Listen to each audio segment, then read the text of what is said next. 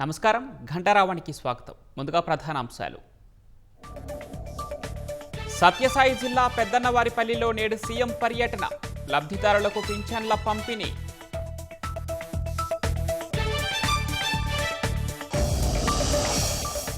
పాయకరావుపేటలో ఆక్రమణలపై అధికారుల కొరడా, 3 కోట్ల విలువ చేసే ప్రభుత్వ భూమి స్వాధీనం.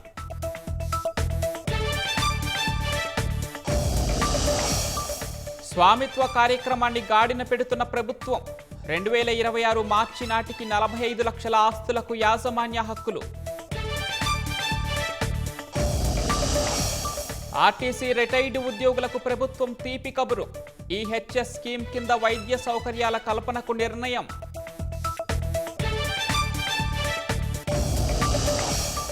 టాంజానియాలో అధ్యక్ష ఎన్నికల అనంతరం హింస, 700 మంది మృతి, ఫలితాలను ప్రకటించొద్దంటూ నిరసనలు.